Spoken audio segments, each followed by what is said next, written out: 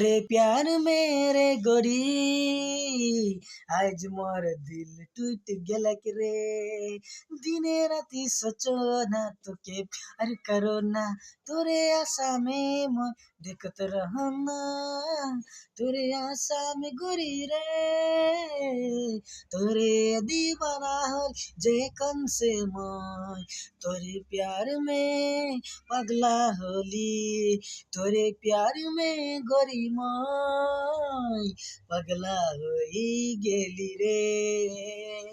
तोरे बिना कहीं मोर चैन नहीं आवेल अरे तोरे बिना राती मोर नींद नहीं आवेला रे।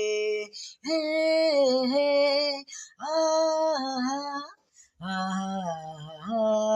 ला ला ला ला ला ला ला ला ला ला ओ